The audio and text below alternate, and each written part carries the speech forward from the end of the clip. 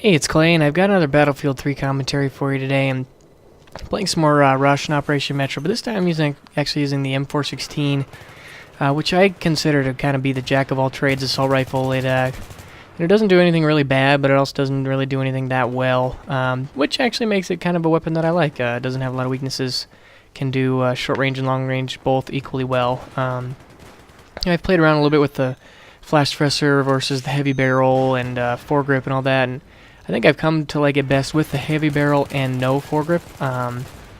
There's not a ton of side-to-side recoil to need the foregrip, and I find that widening the cone of fire to be a real detriment when using the foregrip with this weapon, whereas the heavy barrel can really make it nice.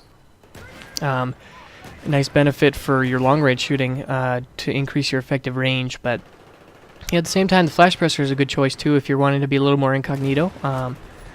But I definitely find that I get the most kills with the heavy barrel just to fit the playstyle with this weapon. But yeah, we had kind of a try-hard game on Rush, on Metro. A lot of the other team was running M16s, and so then you kind of put your try-hard pants on and you want to give it a go.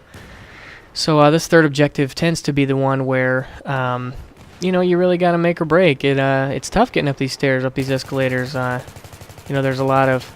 It seems like on this third objective, there's a lot of areas where things get extremely clogged up, and if you're not running like a whole, gaggle of medics, there's just no way you're gonna be able to make it through.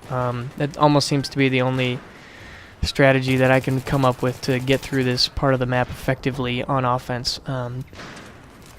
But that said, it usually does make for some pretty competitive and fun matches, which was I think what I was going for on this one. But what I really wanted to talk about today is as a video game community, we've gotten a lot more vocal. We've gotten a lot more, with the increase in technology and, with the accessibility of Facebook and Twitter and with the explosion of the video game market on YouTube. We have these quote-unquote leaders emerging, or, voices of the community, people who are in a position to reach a wide audience and to kind of state the concerns. And it kind of creates this interesting dynamic where for the first time in the history of the video game world, oh, nice triple spray there, but the first time, it seems like we almost have a direct line to game developers, so whether it's Call of Duty or Battlefield or, pretty much any game you play, that barrier no longer exists, and now, when something gets glitched or when something gets, needs a patch or whatever kind of support is required for the game, we have this ability to voice our concerns in a way where developers actually will see and hear it. And I want to talk about whether or not that is a good thing.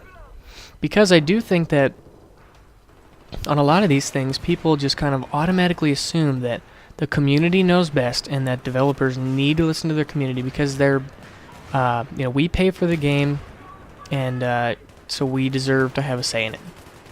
And, I think for certain types of concerns, that is exactly spot on. And actually, in some ways, I think that kind of points to whether or not the game was even finished when it was released. But, so if we're talking about things like, weapon balancing or map glitches or fixes or, stopping hackers, things like that, things that are almost inherent to the gameplay, I think that those types of things are critical and I think that the community knows best. I think that the community knows and they see exactly the ways in which those things are abused. And, so something like the dark glitch in Battlefield 3 or, an overpowered weapon or whatever you want to talk about, something along those lines where it's something inherently built into the game that is clearly wrong. An underbarrel shotgun should not do 300 or 400 points of damage at range or whatever it is, whatever the stats are. Oh, and this guy totally fails. I totally turn on him. Ran out of ammo, buddy. But I think that those types of concerns, I think that it is such a good thing that the community has a direct line to the developers. And I think that developers, I think that they do, in fact, owe it to us to fix these things. And I think that, and this is the game. The game, the game should be balanced. That is something that you should work through in beta. That is something that you should work through before you release the game. But with all the timetables and the economics and the marketing that goes into video games these days, a lot of time games aren't finished when they're sold to the public, and that is regrettable. But that's the age we live in. So what are we going to do about it? Well, my answer is that we have this close connection to developers, and we should use it to bring those concerns to them. And I would really love to see the developers really jump on that and look at a game like Black Ops. The developers were so good at, hearing the feedback of the community and changing things. And, there were, whenever they would release patches, they would release patch notes. And there would be things in the patch notes that, I played Black Ops fairly frequently, and I never even saw half of the bugs or the glitches that they were fixing. And with every overpowered weapon, with the AK-74 and the FAMAS, they patched those guns. And I think that level of support was so good, and I think that really helped Black Ops have a long staying power. I think it helped Black Ops grow to be the juggernaut that it was. Because I think it did well from the beginning, but I think it had a really good staying power because of the way in which the developers listened to the community. But I want to put in a but here, and the but is always the most important part of any argument. And I think that when it comes to other matters, I don't always think that the community knows best.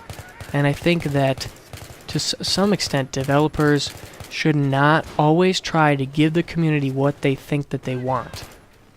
And I think that, in some ways, like if you know anything about political history in America, the Federalist Papers, also like these are the guys who pretty much wrote and framed the Constitution. A lot of what they said was that, they want the public to have a say in who our government officials are, but they don't trust the public. There should be, we don't want everything to be a popular vote. We don't want the public to vote on every piece of legislation. We don't want, that's why we elect representatives, because those people are more educated or more skilled or more into these fields where they know how to make proper decisions. A teacher may not know exactly what is best to do in the agricultural sector, or vice versa. We wouldn't want farmers to be making decisions about where school spending is going. And I think that in some ways the same thing can be true for Call of Duty or for Battlefield or for, any of these modern games. I think that when it comes to new game features, or when it comes to, new game mechanics, or changing new game modes, changing the way in which the game plays, coming up with new game titles, anything that where you're trying to take, so something like Battlefield, where you're trying to add new features or take it to the next step or the next level, I don't think that the community is the best people to talk to. I think that developers, they should be able to kind of go back into their, lab and kind of experiment with new ideas or new thought processes or new ways to reinvent the wheel. Whatever it is, I think that there should be a level of,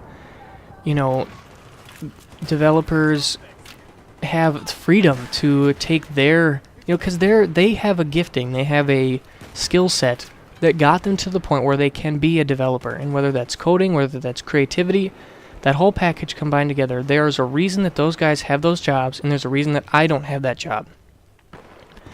And I think that we should defer to that. I think that, so like, for example, let's look at a game like Minecraft. Minecraft has exploded. I mean, do you really think that... So before Minecraft came out, I don't think there was anybody in the video game community kind of clamoring for this open sandbox game where you have the freedom to build and craft, and I don't think anybody was looking for something like that. But this guy, Notch, he had this dream, he had this vision, and he went with it. He created something new, something different, something energizing, something revitalizing. And the same thing could be said about Call of Duty 4 when they introduced custom classes. No other shooters were doing that at the time. That whole style of first-person shooters, it was in some ways very revolutionary, and they did not, email the community or ask for a YouTube poll about what should be in the next Call of Duty after Call of Duty 3 was done.